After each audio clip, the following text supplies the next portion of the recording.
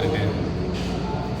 ஆனால் அரசாங்கமும் காவல்துறையும் அந்த பெண் கொடுத்த எஃப்ஐஆரை வெளியிட்டு சட்டத்துக்கு விரோதமான செயலில் ஈடுபட்டிருக்காங்க.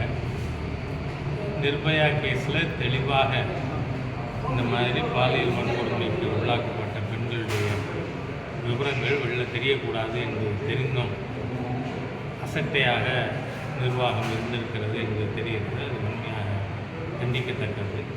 அதோடு மட்டும் இல்லாமல் அந்த ஞானசேகருங்கிற திமுக நிர்வாகி ஒருத்தர் ஃபோனில் பேசுகிறார், சார் பேசினார், நீ சாரோட அவர் இஷ்டப்படி இருக்கணும் அப்படின்னு அந்த பொண்ணுகிட்டையும் சொல்லியிருக்கேன். ஆனால் இப்போ பெரிய கேள்வியே யார் அந்த சார் அப்படின்றது மாதிரியாக இருக்குது. ஆகவே அரசாங்கம் இதில் எதையும் மறைப்பதற்கு முயற்சி செய்யக்கூடாது.